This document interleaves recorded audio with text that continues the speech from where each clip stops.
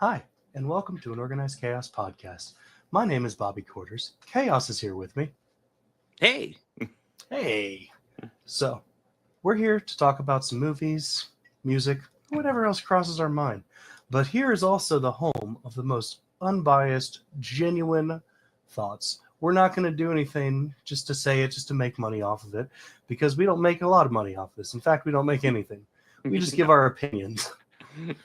And our opinions are free and unsolicited, but they're not hateful ones. That is the important thing.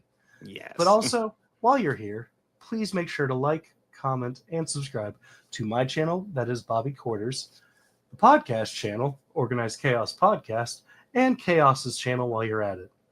So thank you for watching, and do enjoy.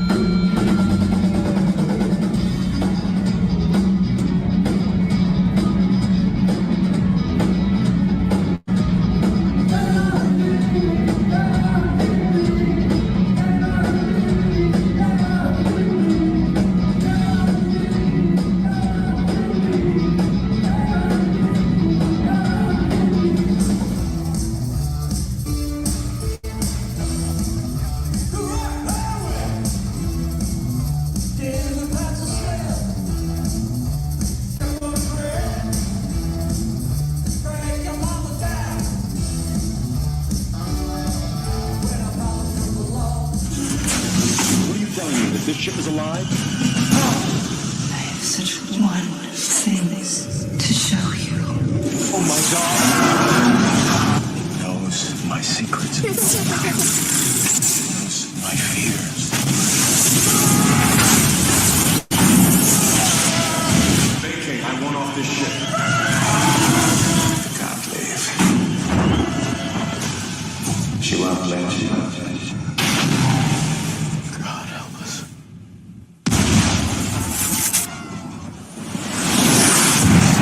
Dudley Moore, Eddie Murphy, Kate Capshaw.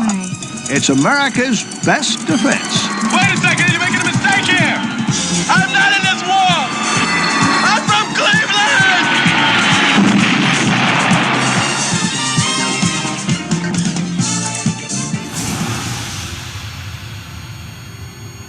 Have you not betrayed your queen? Bring Egon, the usurper, to me.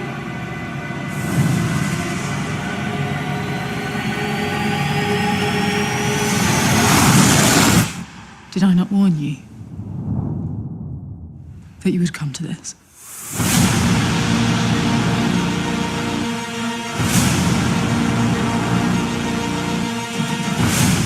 I can't do it. Okay. We'll do it live. Okay. No. We'll do it live. Fuck it. Do it live. I'll write it and we'll do it live. Right.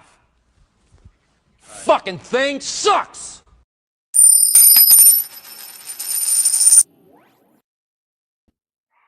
Hello. Hello. Let's turn on the camera. There we go. Yes. And Chris? Possibly. We all know he peaked.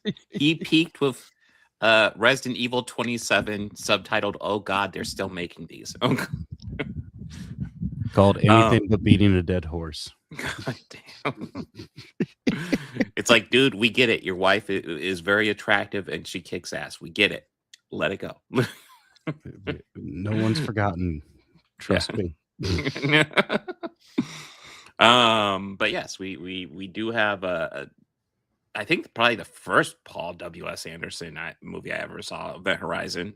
We got going into the Eddie Murphy verse with Best Defense, a movie I've never even heard of before doing yeah, this. Me I was neither. like, oh wait, and dipping our toes into the Dudley Moore world. Yes, I don't think yes. we've ever watched anything with Dudley in it. I don't think so. God, and I was even thinking about earlier. I don't even know if I've seen the original Arthur. I haven't. I would rather watch the original than any other version of it. Oh that yeah, no. exists. Oh yeah. Listen, I think I might have seen the remake at some point, and I'm sorry. not even really remembering it. I'll just tell you the Dudley Moore version is objectively better. Well, I could tell you that. Yeah, without watching it, just like no, it has to be better. Into the Dudley verse. But and then we got to wrap up season 3 of House of the Dragon, and thoughts. I mean, thoughts on everything, but thoughts on House of the Dragon for sure. Yeah. But yes.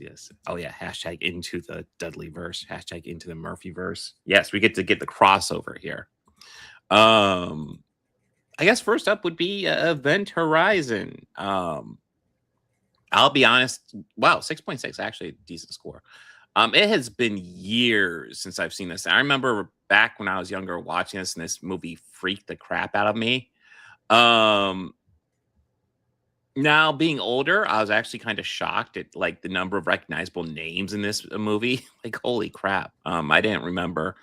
Well, I mean, I remember a lot of these names. I did not remember Sean Pertwee. I probably didn't know who Sean Pertwee was back then. But I was like, holy shit, Sean Pertwee's in this. But if you don't know, it's the story of Sam Neill, who is going through kind of a depression, but also invented a ship that's capable of going faster in life by folding space-time. The ship went missing on its maiden voyage. It is discovered again outside Saturn, I want to say. So they travel out to figure out what happened, and hijinks ensue. Now, I've seen this a long time ago, and I'm going to tell our audience that I had a professionally busy week this week, so I didn't get around to everything. Like, I didn't watch all of this. I got some of House of Dragons, but we're going to talk about some Dudley Moore and Eddie Murphy tonight. But from what I remember about this movie is, like you said, I remember it freaking me out too. Oh yeah. I remember being like bothered by this movie. I also remember thinking the first time I watched it that it was like a great idea for a horror movie. Oh yeah, absolutely. Like, brilliant idea. And like, I kind of want to see more go into these levels of it. And like, I remember, like you said, like it was set way into the future. Well, like, not too far now, I'm sure. Yeah. Well, no, I actually thought it was funny going over the timeline. The timeline it sets up at the beginning of the movie is that in 2015, the first I'm brain farting what they call it. The first permanent settlement on the moon is established. So we did that 11 years ago. Good to know. Good to and know, then like yeah. a few years and then it goes through a couple other things, and then the Event Horizon was made and lost in 2040, and then the movie takes place in 2047. Yeah. So and like you said, it gets lost, it comes back, and they were but like it came back, and they kind of think, I remember it being like something like some sort of like interdimensional like demon possession sort of thing. Yeah, that seems fair. Yeah. Which is, again, we should dive more into something like that. I mean, honestly, they're like, Star Trek is like tapped around this idea with some of their episodes, but they have, yes. Yeah. Like, I want to say it was a Strange New Worlds episode where they found this satellite and just a bunch of weird shit was going on it, like creepy shit. Or it might have been a Discovery, I can't remember, but yes, I do remember watching a Star Trek episode for the show that was like that. I mean, there's a TNG episode called Night Terrors where essentially that might have been it. The crew is not able to go to sleep, and the actual solution is very silly when they get to it.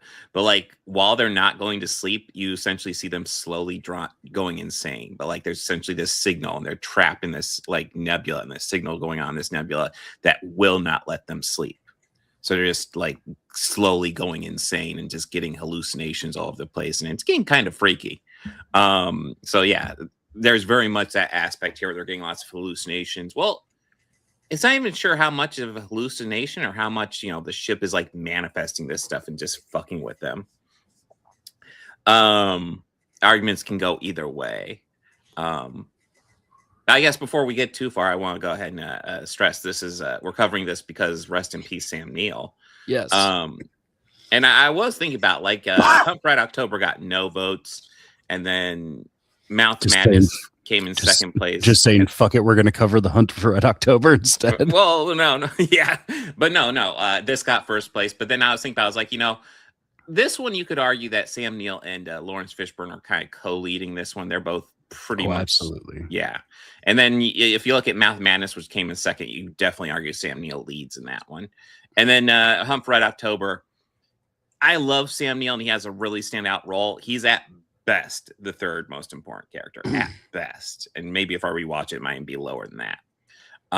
So it kind of makes sense to cover one of the other ones besides that for this. But yeah, Sam Neill, I would say as far as raw character development, he definitely has the most stuff going in, because Lawrence Fishburne, while a very important character, we do get a little bit of backstory with him. We don't explore it quite as much. But yeah, he's more or less just the captain who's dedicated to protecting his crew pretty much. And he's great because Lawrence Fishburne's a great actor. But yeah, there's lots of great actors in this. You get Lawrence Fishburne, Sam Neill, Jason Isaacs guy in the background. You got Kathleen Quinlan. There's also Jolie Richardson, who I didn't really know when I first saw this, but eventually I saw Nip Tuck. It's like, oh, hey, no. And I already brought Sean Pertwee, son of the Third Doctor, which is a nice little factoid. I'm sure I didn't know who he was when I first watched this. But yeah, it's overall a really solid cast. Is that confirmed, Paul? His last movie? Is it? Is it? That'd be cool. I mean, that would be fucking awesome. Yeah.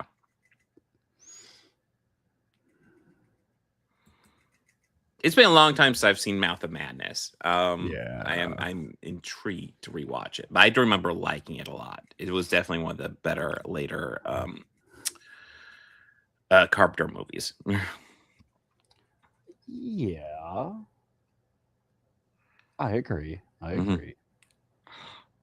Wait, David Ellison is the guy in House of the Dragon who had those children against the wall in front of the dragon?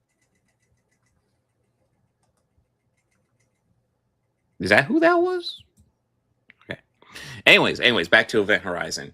I think there's a really cool premise. Going back and watching it, man, there is some dated CGI in this, I have to say. Oh, man. Like, and it's kind of wild. I remember watching this on DVD and not really noticing the CGI. But now that I'm watching on like fucking 75-inch TV, fucking HD, I'm like, oh, wow, that CGI is just so obvious. I did think, while it is freaky looking, I do think that the gateway to the engine room is really kind of goofy looking at. Like this, like I guess the way they explain it is that somehow this is stabilizes magnetic field or whatever.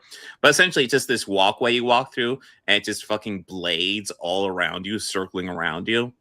And I'm actually kind of shocked there was never a scene where like a crew member just falls into it or something.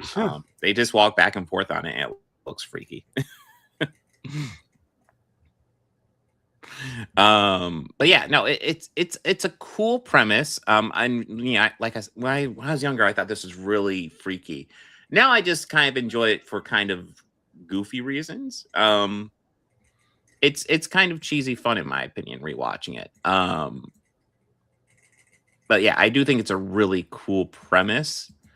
And yeah, I probably Paul W.S. Anderson's best movie. I think somebody was asking, how do we compare it to the first Mortal Kombat? This is by far better than the first Mortal Kombat. Holy crap. 100% better. Paul was just asking what we thought of Mortal Kombat. We did watch that on the show not that long ago. And yeah, this is definitely better. I mean, I'll be honest. I remember liking the first two Resident Evil movies. I don't know if I would enjoy them in a rewatch because I watched them once and then kind of put it down. I haven't really been interested in diving back in, especially if that franchise just kept on going. I didn't even see the last one. My understanding, the last one was supposed to be the last one, but it ends on our cliffhanger. It's like, God damn, bro. No. But yeah. Overall thoughts on this, rewatching this is a lot sillier than I remember. Really good performances though by Sam Neill and Lawrence Fishburne. Like a lot of their one-on-one scenes, especially towards the end, where fucking you get all scarred up, semi-satanic Sam Neill facing off against Lawrence Fishburne is very freaky. I enjoyed this for what it was. One thing I will say though is I did end up watching this on Pluto TV. Holy shit, that has so many ads. It's obnoxious. I might end up just investing in getting physical media on this one because physical media is by far better. Streaming is just sucking more and more as time goes by. And it's harder to find stuff that's like on the platforms, and it's like rare that there's ever anything that you want. Yeah. Oh yeah. Everything's just so spread out over platforms, and to my understanding, there's even been people who like buy the digital copy and then like their copy will just vanish because even though they bought the damn thing, they don't have the streamer that hosts it doesn't have it anymore, so they can't have it in their collection. It's like that's fucking bullshit. Then, but yeah, I enjoyed this. It was a fun one. Anything you want to add, Bobby? It's something that I had actually rented off of Amazon, and I had it queued up to watch, and I'm excited to rewatch it because this movie is something that I always thought was just really great. Mm-hmm. No, it's a solid little horror movie. Yeah, that looks like the old DVD I used to have years and years ago.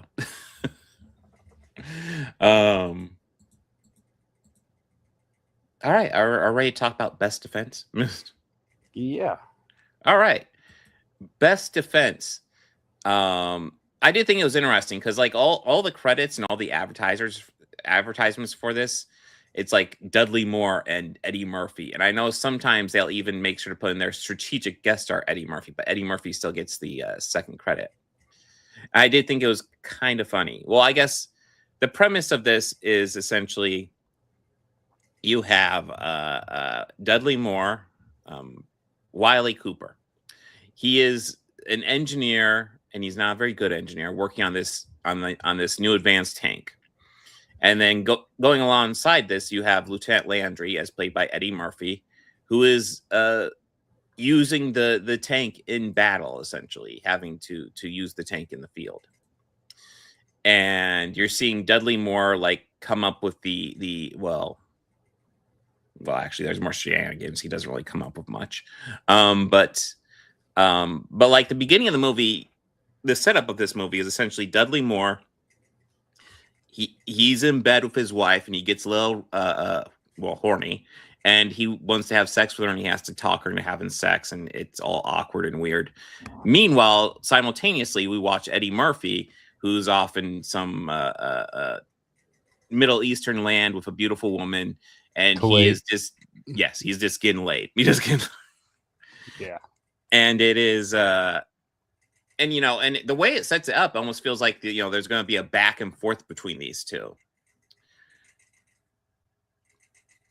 Actually watching it, I realized pretty far into it, I'm like, so this is pretty much just a Dudley Moore movie with Eddie Murphy just popping up occasionally. And that's kind of what we ended up watching. Although I will say kind of part of the point of diving into this Eddie Murphy verse is I've never even heard of this fucking movie. So it's like, well, let's check out this thing. And kind of diving into it, my thoughts are kind of like, I think Eddie Murphy has some funny moments, but they're not anything like amazing. Dudley Moore's character just kind of annoyed me. And he is primarily who we're watching through most of the movie. He and his wife aren't in a perfect marriage, and he is sexually harassing at times this attractive coworker of his, and then he's obviously not very dedicated to his work, and he is also there's a little bit of sexual harassment right there. Of course, that was the point where he had already turned in the the plans to fix the big issue with the tank, which he actually didn't get. Tom Noonan actually visits him at a restaurant and gives him plans for this tank, which that kind of blew my mind. So like they're having issues getting this tank set up. And probably one of the most charming things Dudley Moore does in this movie is that as an engineer, he makes little gadgets for his kids, which I thought that was cute. Probably the only thing in this movie he does that I would consider cute. That's actually redeeming. Yeah. They're milking that for all it's worth because he is not very redeeming outside of that one.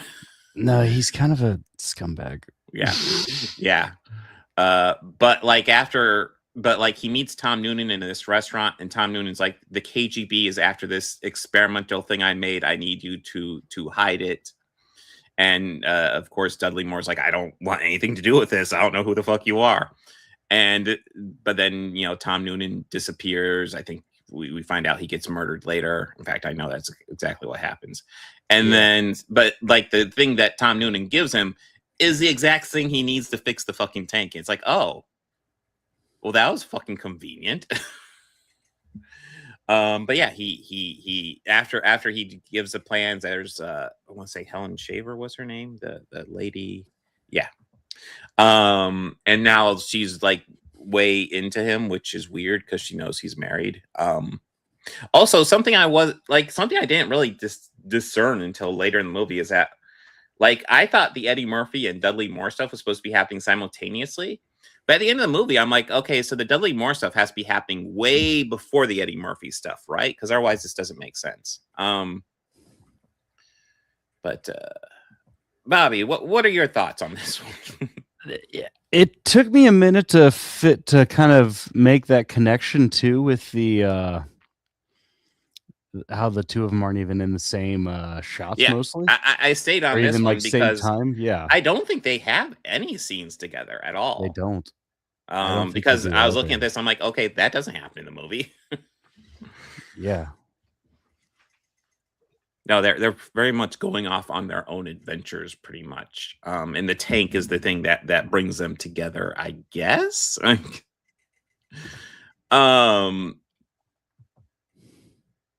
you can probably guess, I'm not like a huge fan of this one. This is hardly the worst movie I've ever seen. It's a fairly breezy 90 minutes, but it's kind of held back by the fact that between the two, I'm definitely more engaged with Eddie Murphy and the little time he has.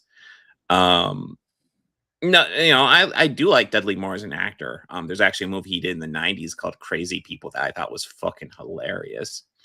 But yeah, here he displays such a kind of a wormy douchebag that I kind of don't care. And they kind of want to present him as just like the average schlub, but the problem is he's not an average schlub because it's like if he actually had like a passion for his work and wanted to get the tank working, maybe that could be something. But he doesn't care. He doesn't care about any of it. Like I said, the most redeeming thing about him is that he makes little gadgets for his kids, and that's about it. Like outside of having sex with his wife, he doesn't seem to really care about his wife. But I don't know, his wife doesn't seem to care all that much about him either. So maybe that's maybe how they're made. Mutual, yeah. Yeah, that was probably the funniest line in this, where the Wham's overheating and Eddie Murphy's just yelling, "Oh my God, the Wham's overheating! What the hell is a Wham?" Yeah. Was this the atrociously bad movie? No. Was it good? No. But yeah. What do you think, Bobby? Yeah. It wasn't terrible. Mm-hmm. I really feel it was definitely something that it was a Dudley Moore movie. Maybe the studio didn't think it was going to go that well, so they filmed some Eddie Murphy stuff. Yes, it definitely feels like they could have like Eddie Murphy stuff could have been filmed like 6 months later, and you won't even notice. Yeah, and it was like it definitely felt like it was tacked on to a Dudley Moore movie. Yes. And that was something I noticed too, because Eddie Murphy definitely gets second credit here. But I even noticed on the movie, he's listed as strategic guest star Eddie Murphy, and I guess that's just to prepare the audience. He's not in it as much. Yeah, as soon as I saw it, I was like, "The fuck does that mean?" Yeah, I have no idea either. It means he's not in it as much as Dudley Moore. Yeah, I'm not a massive fan of this one. Although I will say it's not the worst Eddie Murphy movie I've seen. We have seen Pluto Nash for the channel, so. But yeah, this I want to say this is 1984. So I want to say this came out like a couple of months. I want to say before Beverly Hills Cop 1. So what this is what is as far as Eddie Murphy's career, this is after the first 48 hours. And after Trading Places. I want to say those are two big ones he's done at this point. So he's not a big name, but like he's getting his name out there, for sure. But yeah, this did not thrill me. After watching, it's like, oh, this is probably why nobody really talks about this one anymore. Little bit of trivia: this movie is directed by, I want to say, Willard Huck. And that name was familiar to me. I was like, oh, that name's really familiar. What else has he done? Do you want to know what else he did, Bobby? What? Howard the Duck. That is amazing. So a little bit of connection here between the Eddie Murphy verse and the very first Marvel theatrical film release ever. A little bit of trivia. I'm pretty sure I have Howard the Duck on Blu-ray. So, that movie is terrible. But yes, this movie is quite a bit better than Howard the Duck. I will say that in its defense, in its best defense, let's say. But yeah, this is a movie I've never seen of. So yeah, kind of diving in. Here we go. Here's an Eddie Murphy movie I had never seen before that I have now seen. It's kind of wild. I was looking over his filmography not that long ago, and I was like, I've actually seen a lot of these. A lot of the holes that I haven't seen, like I haven't seen Norbit. I haven't seen Vampire in Brooklyn, which I am intrigued to watch that one when we get to it, because I've only heard just terrible things. But at the same time, the idea of Eddie Murphy as a vampire is kind of intriguing. I know there's a couple other ones I haven't seen, but like, yeah, those are the big ones. But like, even during the 90s, during his period where everybody talked about like his career was going downhill, even if he wasn't doing the huge hits, like there's a few of those 90s ones I remember watching and enjoying, like Distinguished Gentleman, obviously, and Metro, where it's like, well, those aren't terrible. So we will get to them when we get to them. But yeah, this is the first kind of misstep in the Eddie Murphy verse, but we've already talked about Beverly Hills Cop. I believe it's Golden Child after this one. So yeah, that's one I enjoy, but I'm definitely intrigued to hear your thoughts on it, Bobby. Okay. But anything you want to add before we just head into House of the Dragon? I shut down everything. Let's go into House of the Dragon. Yeah. All right. So House of the Dragon, season 3. Now we've seen the whole thing. Lots of action, lots of drama, lots of suspense, lots of incest. Yes, you mustn't forget that. That Yes. is a crucial part of Game of Thrones. Mm-hmm. And you mustn't forget the incest. Well, I will also let me go ahead and say there's a crucial part of Game of Thrones that this thing doesn't have, and that's any likable characters. That is also true.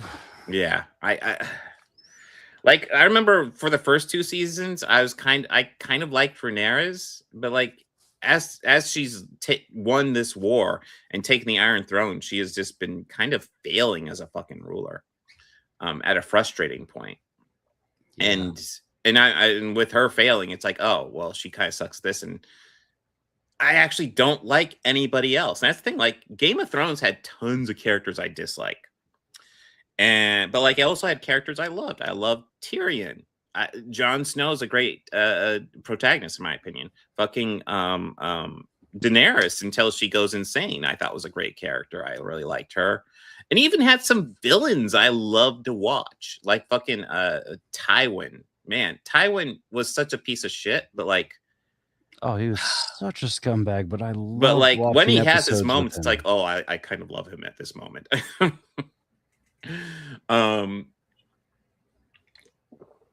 So Game of Thrones has characters you like and characters that even if you don't like the character, you like to watch them. And so far with House of the Dragon, as we get further into the series, I don't know if I like anybody at all. I guess I could grade some characters. I know the big death this season was Allison's. Yeah, it was Allison's boyfriend, Christian, who I could barely remember from the past 2 seasons. Yeah. I didn't give a shit about him. No, seeing that, I was he just unceremoniously died, and I was like, fine, fuck it. Yeah, I saw that, and I was like, oh no, that's Oh such no, a shame. that dude. It's about time. I know Damon will be mad that it wasn't him. Yes. I know some people might even argue that Damon's a character they like. I'm not that big a fan. I love Matt Smith as an actor, but like Damon is kind of he's kind of sleazy. And not in ways I find particularly intriguing. Just kind of. Oh yeah, and something else I saw people posting about on this is that like they were upset that Damon and Rhaenyra weren't getting more romantic scenes together, and I'm like, we are remembering that that he's her uncle, right? Like their whole marriage is fucking Game of Thrones shit. Yeah, it's like we aren't forgetting that, like, you know, he's her uncle, right? Yes. And like even like with like she has a girlfriend, and like listen, I'm not a huge fan of her girlfriend either, but like as far as a relationship, I'd much rather see that explored than her and Damon, because but yeah, and that's the thing, like, you know, Game of Thrones has tons of characters I like, and even characters I like that I like to watch that I don't actually like. And then, you know, you also look at Night of the Seven Kingdoms. Night of the Seven Kingdoms had tons of characters I liked, and then even had a couple characters where I hated them, like and then this just doesn't have any of that. Well, you see, not House of or Night of the Seven Kingdoms is great about dispatching those unlikable characters fairly quickly. Yeah. But yeah, yeah, I watched through the whole season, and I'll also say, like, the biggest thing that happened at the end is the one guy who got burnt, his dragon was still alive. Spoilers, Bobby. His dragon's still alive, and he is like kind of making a mark for a claim for the realm. So obviously the big struggle is going to be with him versus Rhaenyra. And I kind of don't give a shit who wins.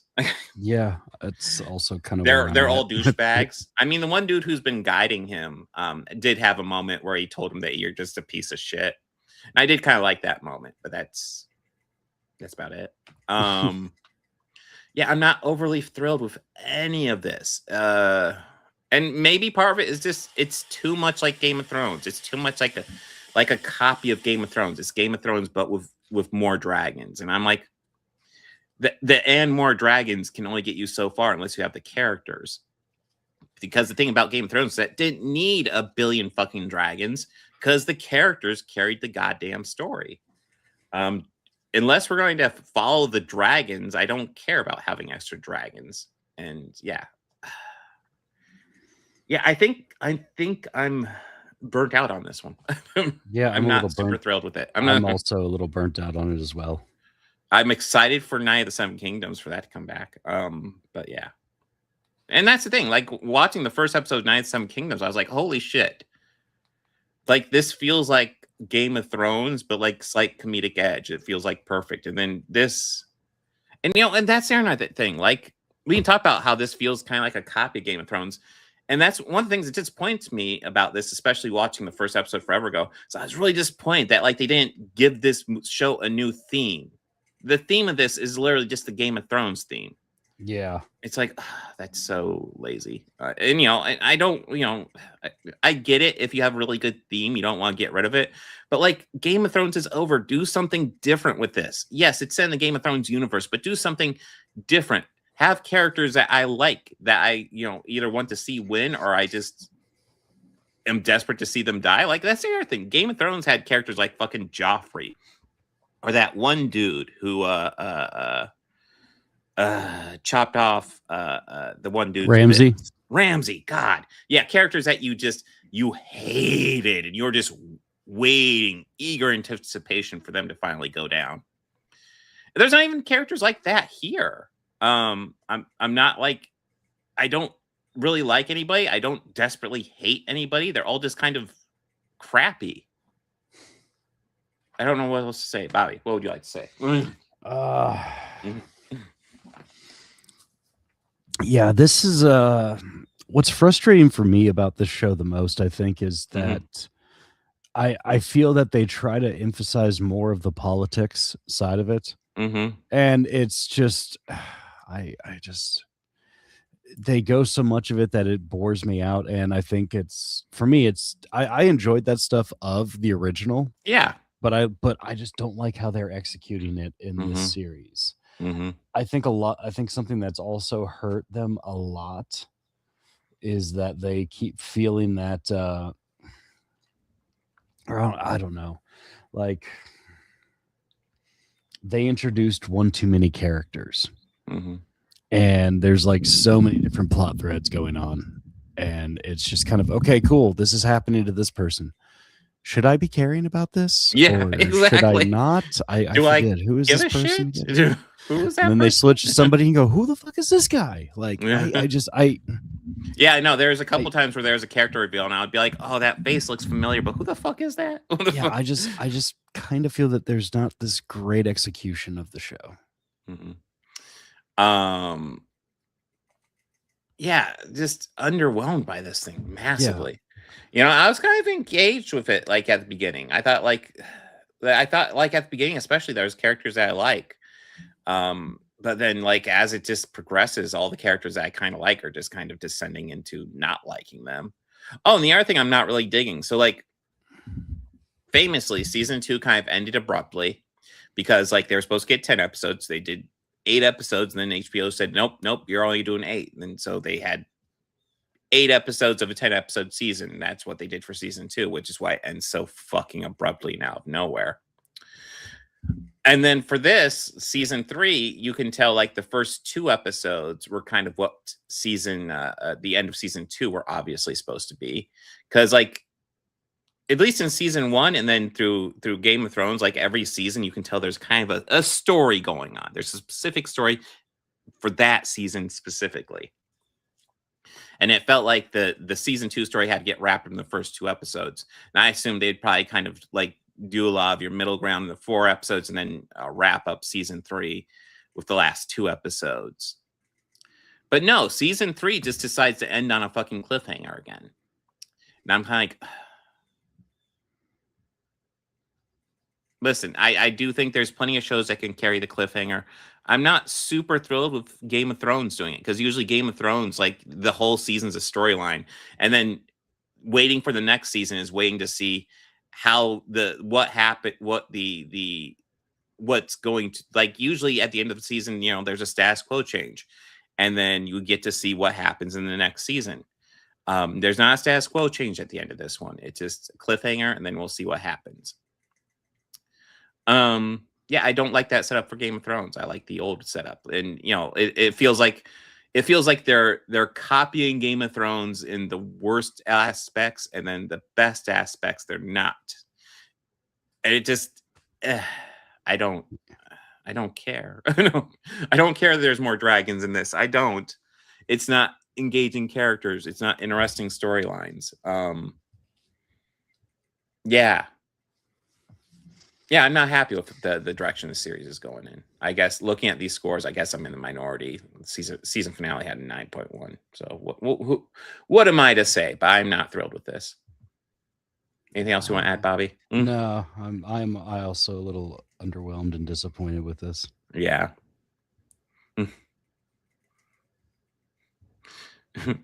Well, also the incest in like Game of Thrones, like the guys who are doing incest were like pretty bad, and then like Jaime gets kind of a redemption arc going on, but even at the end, like his relationship to his sister is what brings him down. So the incest in that is not seen as a good thing, and here they're just like, I feel like they're randomly dropping it in. Like, you know, obviously we have Rhaenyra with her uncle, which is just kind of weird. We don't see a whole lot of them like as a couple though, which I guess helps. But then there's a thing where the one-eyed prince, I can't think of his name, is having dreams of fucking his mom. And I'm like, that's not weird at all. That's not weird at all. Yeah. But yeah, I'm not overly thrilled with this. I'm disappointed at this point. Anything you want to add, Bobby? Or No. All right, so Bobby brought up the pop culture. Oh, actually, why don't you introduce the pop culture topic, Bobby? Oh, okay. We're going to this week. I kind of had to. I thought of it on the fly, and this week's pop culture question I am posing to you, Chaos, is name a band that you feel is overrated. Well, would you like me to answer one? Yeah, answer one. Okay, so I think there's one obvious one, and it's I want to add that I think this is a very skilled and talented band. I just think they're given way too much credit for doing stuff that honestly lots of other bands have done before them and lots of bands have done since. Yeah, I'm going with Nirvana. Okay. I think they're an extremely talented, skilled band. I think they got some absolute fucking bangers as far as albums and singles. But I think they're given just way too much credit overall. Okay. But yeah. Controversial. Yes, very controversial. Cancel me now. Cancel me now. Red Hot Chili Peppers. Ooh, intriguing. Yeah. I mean, there's a lot of stuff about their music that is great. Yeah. I feel lyrically is where they fail the worst. And the problem is they just happen to have a frontman / lead singer who is like definitely main character syndrome type of person, which it's good to be for a main character, for a lead singer like that. It's good to have that. But I just feel that the lyrics are the worst part of their music. I could see that. Like I'm saying this as someone who I was a huge fan at one point. Yeah. But reading his book kind of changed my opinion of him as a person. Oh, and okay. I can kind of just like, I really don't want to be giving you any money or anything. Well, I know I want to say there's maybe some allegations against him and stuff like that, which is he straight admits to it. Oh, he does. Okay. He straight says while they were recording one album, his girlfriend at the time admitted that she was like in her teens, and quote, "We made love one more time and went our own ways." It's just more so the fact of just like, yeah, you knew, dude. So it's hard for me to kind of like get behind a band like that. Yeah. I mean, I don't think I've really listened to him too much since then. I will say I always did like Blood Sugar Sex Magic. But, I believe it was when they were making that album. Sorry. Yeah. Sorry. You tainted it. But yeah, I will say, like, I've listened to a few of their albums. Blood Sugar Sex Magic was the one I always liked. But a lot of the other ones are, there's good songs on it, but nothing really grabbed me. Of course, they were fucking hit makers throughout the 90s and early aughts. Like every album would have like 3 or 4 hits on it. I would say that is one for me. I think that's fair. Especially but I have my own personal bias. bias. It's like, but I've also had my personal bias, and that is my personal bias towards them. But honestly, I've always felt that the band, like John Frusciante, Flea, and Chad Smith, as those three, they are talented musicians. Oh yeah, absolutely. Like, Frusciante is one of my favorite. I would say I would put him on a list, maybe my top 20 of favorite guitarists. But yeah. And Flea's one of those guys. It's always fun when he pops up in a goddamn movie because I swear it happens so often. It's like, holy shit, Flea's here. I think it's just more he shows up and they go, "Oh, cool, Flea, we're gonna put you in this movie." Yeah, you're in this movie now. Okay, cool. And just cool. That's how you end up in Back to the Future, right? Okay, so let's see. Overrated bands. Oh, here's one. Here's one that I think they have lots of. Gonna get a lot of hate for this one. They have lots of great songs, in my opinion. I've listened to a couple of their albums. I haven't liked a single album, but like I think they have good songs. And also the guys with the band are the brothers are outrageously egotistical and unlikable in every single goddamn interview. So that probably doesn't help. Oasis. Not the band I thought you were gonna say, but you said brothers, and I thought you were gonna say the Black Crowes. I'm not as familiar with them, so I can't really say that one. But yeah. yeah, I'll agree with you. I agree. Yeah, Oasis, like Liam and Noel have a tendency to come off as pompous dicks, but Yeah. and not just so much like the British thing. Yeah. Like, like it may, to our culture, American culture, it could be interpreted as like, arrogant or like, dickheadish, or as they would probably say it, cuntish. But Yeah. yeah, even more so than that. They're just like, oh, you both are insufferable. I see what's, or it's like, I see why your brother kicks your ass. Mm-hmm. And I will also say, like, there was a time, especially in the 90s, where when they were at their height, where people talk about them being the next Beatles, and it was just like, no, fuck off with this, stop it. And yeah, Beatles are definitely one where I guess you could make an argument they're overrated. I wouldn't make that argument because they just, I understand it. Yeah, because they are so huge, but like they're also fucking great. They're also... My counterpoint to it is, you may feel that way, and that's fair. You're allowed to your opinion, but you may feel they're overrated, but you cannot deny the impact they have had on popular music, dude, and popular culture. That is just, I always say that, and it's the same with any band that is popular or anything. Like, we can have our opinions of them, but we can't deny the impact, which is why I'm happy that you're also bringing up the positives about them. Oh God. But, but just, yeah, because I can't deny, like you said, Red Hot Chili Peppers were hit makers. I cannot deny that. I cannot take that away from them, no matter how I feel. But I do feel the lyrics are the worst part of their music. Yeah, and I do feel there's an argument there. And I also feel that I also feel that they are really overrated because, again, they're just doing something that, like, there are a lot of bands that you've never heard of that do it better. That's true. Yeah, they just got lucky essentially, and that's a big part of success. It's not like, it'd be nice if it was all pure skill and talent, but it's also, there's luck, man. And sometimes greasing some palms doesn't hurt either. But true. That apparently still goes on with radio play these days. Payola still happens today. Oh yeah, I'm sure it does. I mean, radio stations need that money now. They need that, and local advertising more should lean into it, I think. Yeah, because it is their market. Okay, so it's on me to name another band, right? Yes. Okay, so I've already said Red Hot Chili Peppers. Another band I feel as though, this is one I know I'm going to get some hate for. Linkin Park. Oh, hard agree. Like, I mean, it's just I feel like they came out at the time of the new metal thing, and they were advertising themselves kind of as that, but they're really nothing like that at all. And they do make, and originally, yes, they made their own sound and carved their own corner. I can't take that away. That is all true. In fact, I just haven't heard anything that I feel is impressive enough to call my own, or call anything that I would be impressed with. I think they got a few bangers, but like nothing amazing. And probably them more than any other new metal band, though lots of new metal bands dealt with this. But probably them more than anybody else. I always felt like they were honestly crappier Faith No More. Faith No More, in my opinion, kind of feel like underrated band.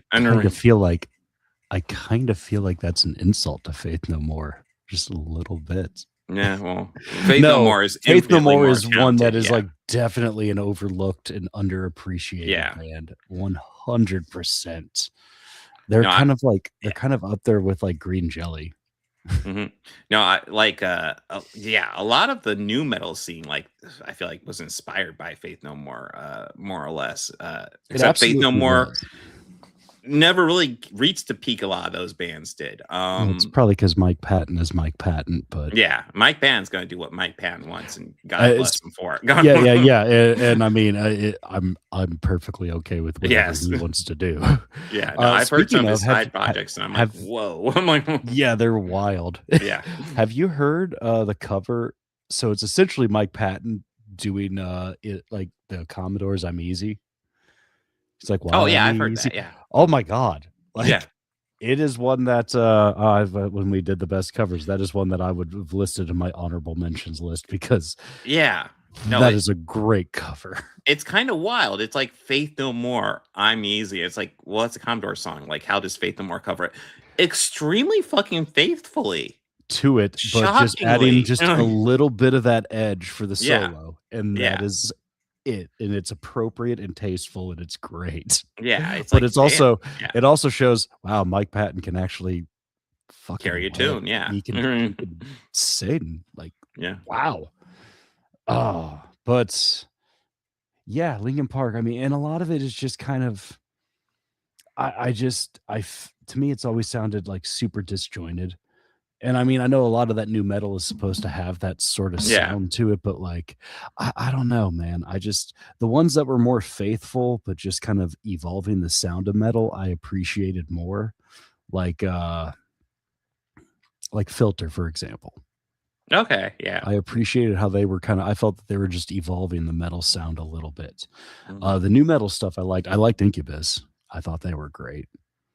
Everybody raves about Incubus, but I can't really get into them just because Pardon Me While I Burst was just my roommate woke up every morning and played that song, and I've heard it so much I just want to fucking freak if you out. listen to the album before that, like Science, Mhm. that is a great album.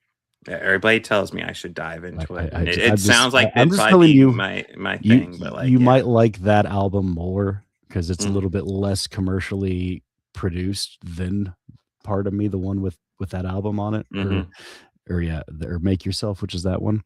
Okay. That one's just a little bit more raw, and it's like the DJ's there, but it's not as heavily focused as it is on that album. There are songs off that album that I think are great. Pardon Me is like not my favorite song off there, but it's good. Funny enough, that opening guitar lick is what I used to test out a phaser effect.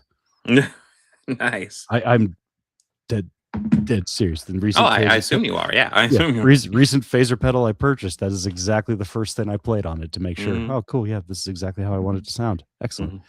Because Mike is, well, their guitarist is also a big inspiration for me, guys, guitar wise.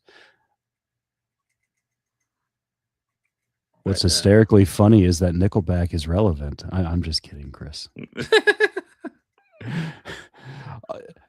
The hate is funny. They have their base. They do what they do. It's not for me.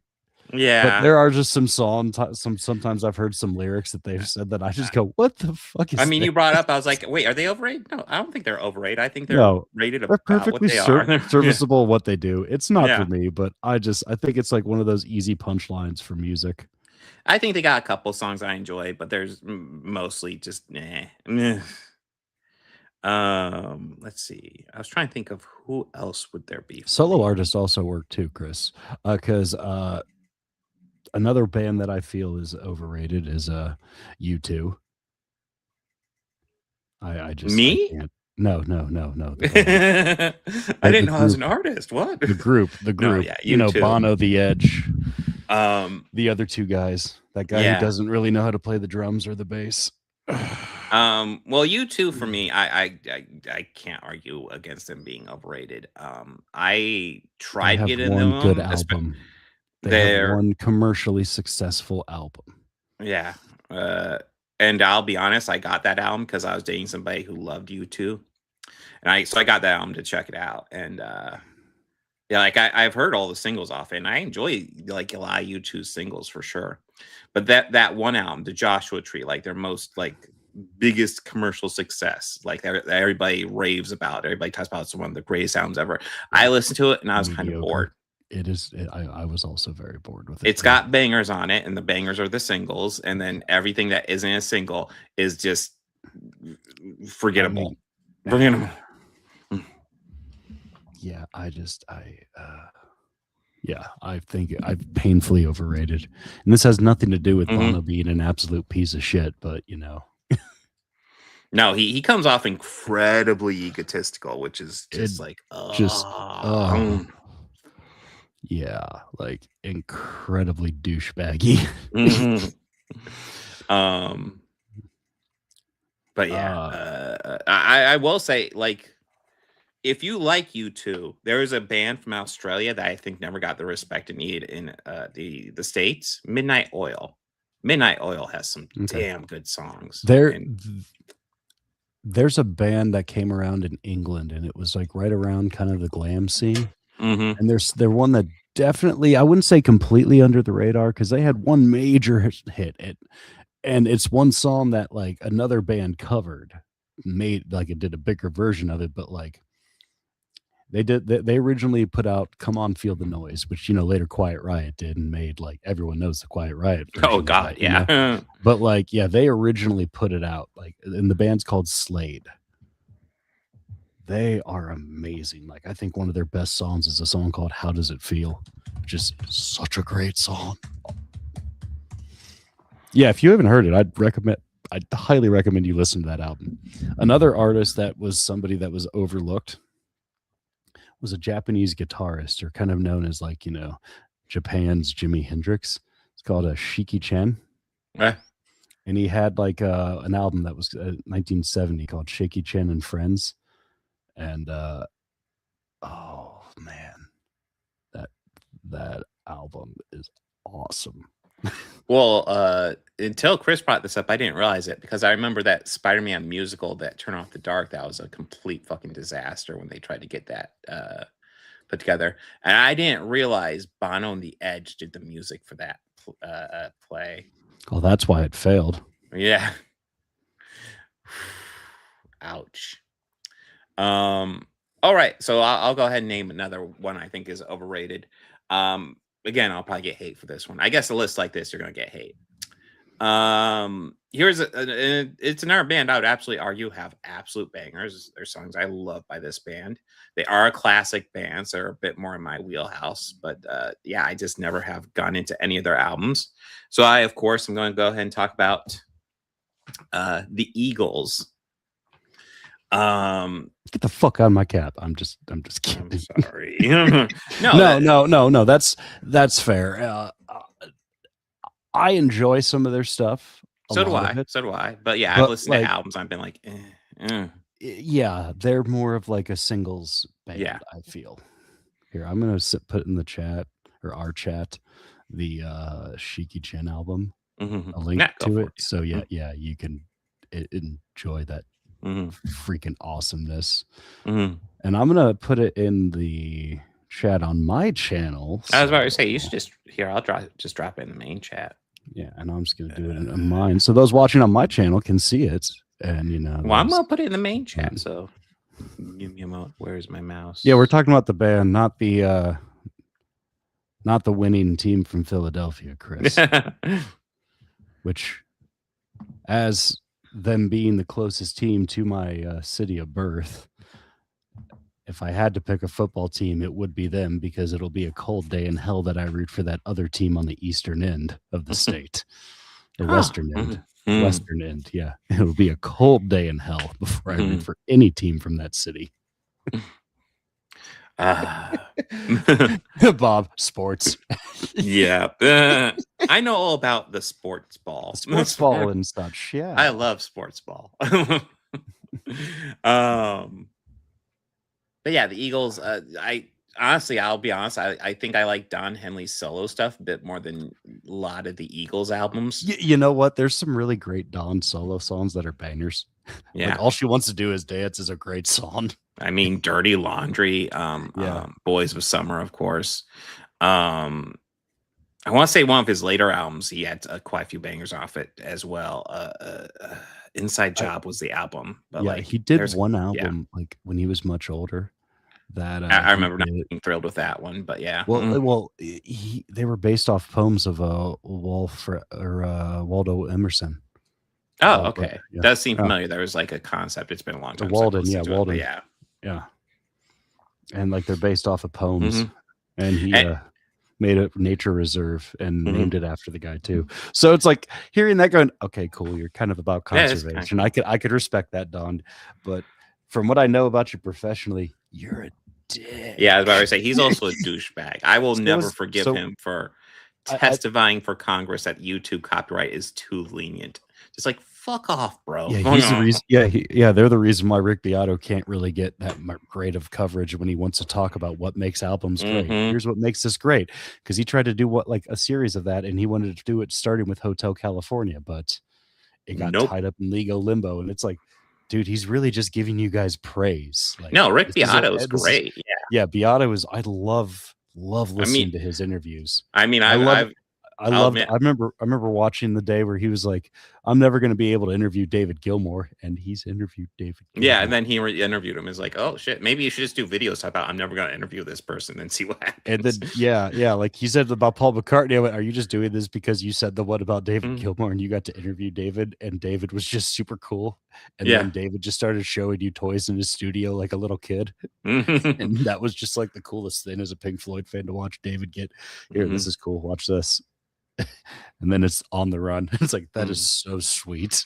But yeah, Rick Beato, speaking of him, like I did, I've seen a few of his videos. I loved his breakdown of Dance on a Volcano, which was just, usually when people talk about Genesis, they don't go to like pre-80s stuff. And it's like, shit, he's digging up the first Phil Collins lead vocal song. Gotta appreciate that. You know, back before everybody knew who the fuck that was. I forget what it was. He was talking about one band, and he brought up like a deep cut of them too, like just how you said with Genesis. And it was one I was just, okay, Rick. Yeah. Okay.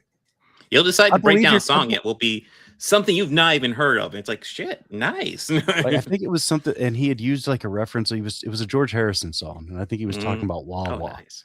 And it was just more of like, and it was like how like one of the sounds is literally just from a Leslie speaker, and it's just not. There's like, oh, that is so cool. That is very. But just just Rick Beato. His interviews are great too. He did the one with Billy Strings, which if you haven't listened to any Billy Strings chaos, you should listen to that young man play the guitar. Yeah. Oh my. Nice. He's bluegrass, so I don't know if it'd be fully your thing, but like he can play the guitar, dude. Like. Damn. I mean, if Maroon 5 is held in high regard, I would consider them overrated, but I don't know. Again, they're a band that they got a couple songs I think are okay, but overall, nah. Yeah.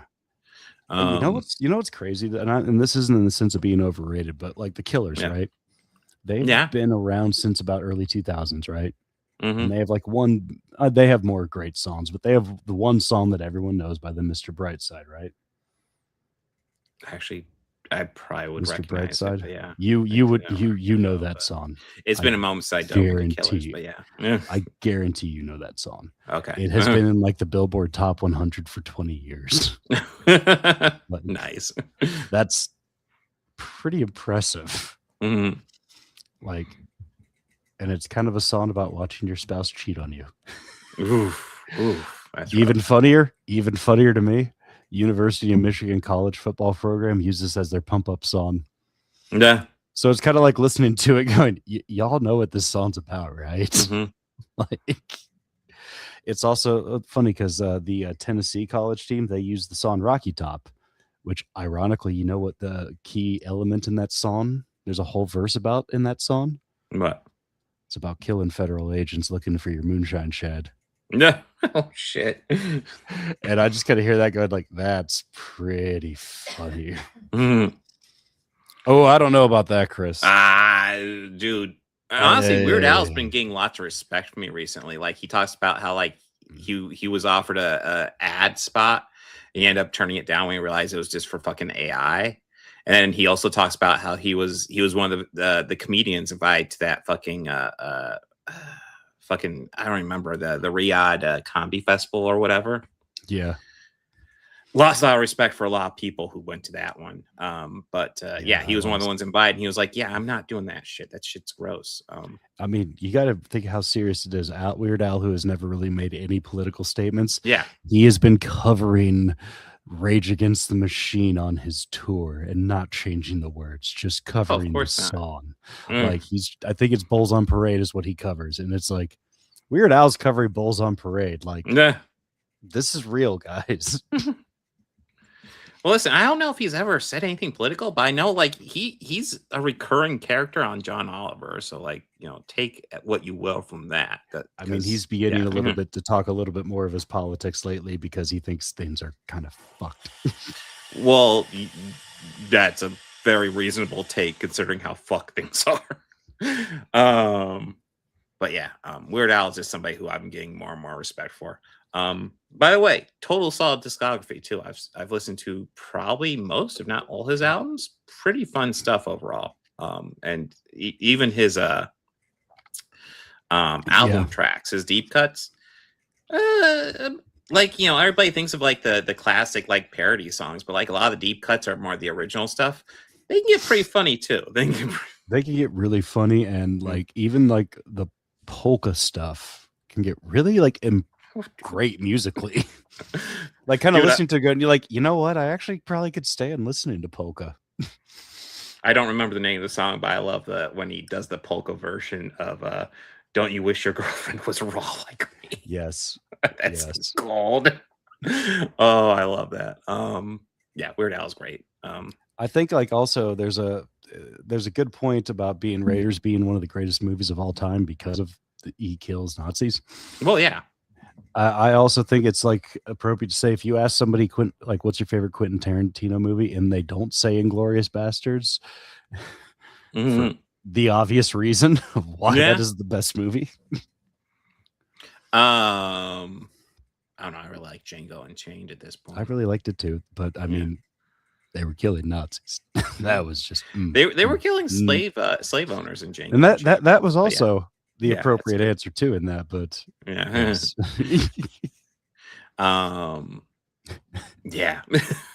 yeah. Anything where Nazis get killed, I'm good down with though. Yeah, I'm. That's why like one of those older like war movies. Oh, Dirty Dozen is great. It's such a great movie. Just because a bunch of American MPs, like military prisoners, hey, we'll commute your sentence if you go on this suicide mission. What do we have to do? You have to kill a bunch of Nazis. Okay. It's great. Also, like Lee Marvin's in it, and he just plays a hard ass. Charles Bronson is in it. Jim Brown. Yeah, Quentin is, in my opinion, stuck up his own butt, but like he is a good director. But yeah, he drives me nuts sometimes when he does an interview, and I'm like, shut the fuck up. Let me just enjoy your movie. Let me just enjoy your movie. And like, you're out of your fucking element when it comes to Matthew Lillard and Paul Dano. You have no idea what the fuck you're talking about Quentin. Dude, okay, you don't want to work with them. That's fine. You don't have to work with them. But like saying that they're bad actors, dude, you have no idea. Fuck that off. That is true, Chris. Yes. The Dirty Dozen is amazing. It is one of like the best World War II movies I think ever made, in my humble opinion. Anything else you want to? Any other bands you want to go over? I brought up the big one. You know what? I do have an opinion, and it is like kind of a solo artist, and it's Lionel Richie. Oh yeah, I could. I think he's just a little overrated, and like he's got bangers, but honestly, not a lot. I have a running joke that like the song by the Commodores, Machine Gun, which is just an instrumental jam with like a clavichord. It's like you hear it in every movie that takes place in the 70s and like disco scenes. You know it when you hear it. In fact.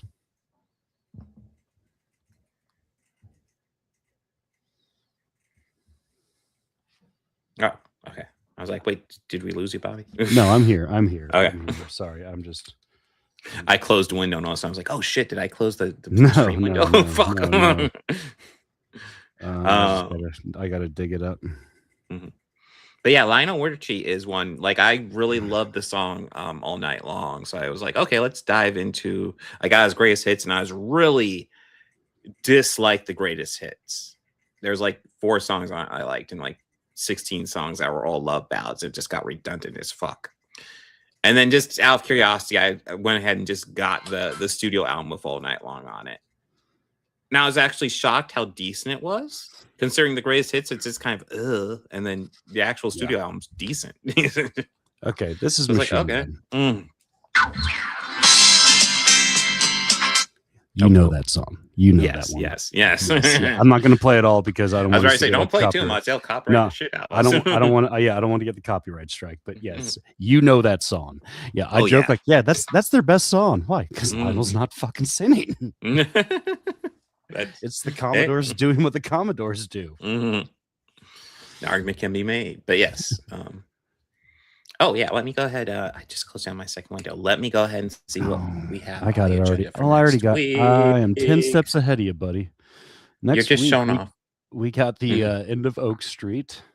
Oh yes, I've heard only good things about that so far. My Adventures with Superman, season 3, episodes 6 through 10, and X-Men '97, season 2, episodes 5 through 9. I am excited to get back into this. Yeah, I'm excited to get that wrapped up. See what's up with that. I'm intrigued to see what happens with my Adventures with Superman. But yeah, X-Men '97 is a whole nother level for me. That's really good. And like I said, End of Oak Street, so far the early stuff coming out on it is kind of exclusively good. So I'm hoping it's a solid one. With the trailers, I'm not sure. But yeah, it could go either way watching those trailers. Okay, and then Strange New Worlds the week after that. I know Strange New Worlds had to be coming up at some point.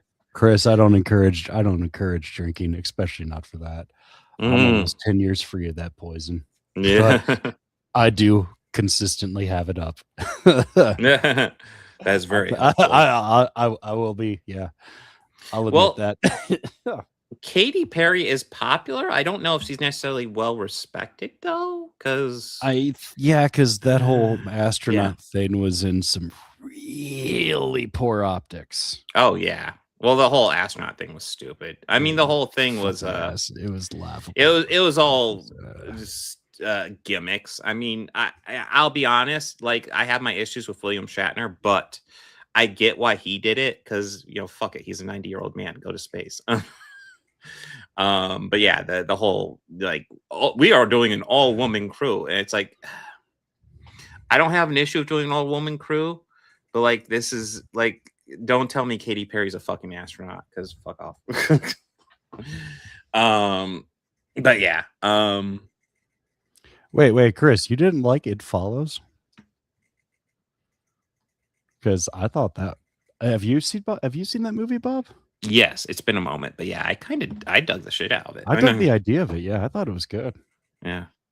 Huh. But yeah, End of Oak Street is the same writer director. So. Oh, okay, I didn't know that. Yeah. I mean, the movie looks insane, so it's like, okay, I don't know what exactly is going on, but hey, yeah. that's fair. Mm-hmm. That's fair. I mean, we all have movies that like everybody loves that we dislike. So I totally get it. Yeah, 100%. But yeah, I remember thinking It Follows is kind of a cool little premise. I kind of feel that way about the 21 Jump Street movies. I think really absolutely fucking terrible. Just such a bad writing. I just think I think that. I mean, I get what you're saying, but I also, for me, that was always kind of the point. Painful for me. I haven't seen the first one in a while. The second one, I occasionally just popped on and watched the ending because I think the ending's hilarious. Where they go over like 50 Jump Street sequels. And I will say, like, it's a hilarious ending, but they also they're also solidifying like you can't make another one after this. We're done. And yet they're making another one. Are they? I didn't think they were. Yeah. I don't know. I'd be interested if the same team. I also think I feel that way because I feel that way about Jonah Hill as an actor. Yeah. Oh yeah, that's right. Yeah, he's okay, but he's just. I will. Oh, speaking of things that are overrated, Channing Tatum's Gambit. I'll get canceled for that one too. I know everybody loved his Gambit, but I was like, it's a joke, guys. Stop it. It's a joke. I mean, he is playing Gambit in the next one. Yes, he is. And I'm like, I guess we're doing this. Sure. I think it's just more so that like I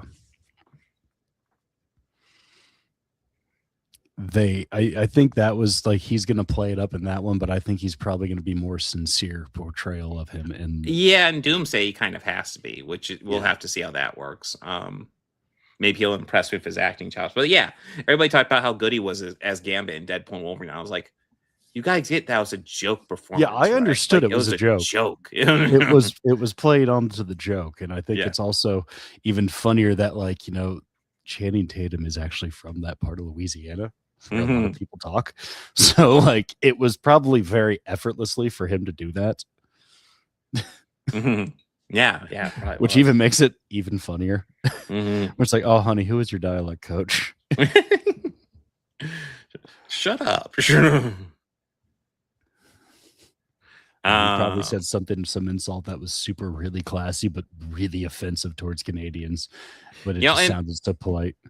And maybe Doomsday will give him the chance to show that he could have actually done a good Gambit. Because I said, Deadpool and Wolverine was just a joke performance. Yeah, maybe he'll actually turn in a good performance. That could be cool.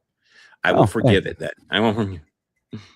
Okay, yeah. If you don't like an actress or actor in the movie, or I could totally understand why. Yeah. Yeah. But guys, thank you so much for watching. I will be live tomorrow with Comic Books and Chuds as normal. What else? We already went over next week on the podcast. I think that's it. Yeah, I believe so. Make sure to like and subscribe. Make sure to visit Bobby Quarters over there. Do all the things. Podcast channel. Like and subscribe to all the things. Helps us all out in the algorithm. Put a comment. If there's a pop culture question you'd like us to answer, drop those in the comments as well. Let's see. We still have the who's the best actor a-hole poll up. Yeah. I think we'll keep that one up for about another 2 weeks and there you go. Call it. Yeah. You missed my stream on Saturday, Chris. You're missing out. But guys, thank you so much for watching. Like, subscribe, party on, and be excellent to each other. Take care.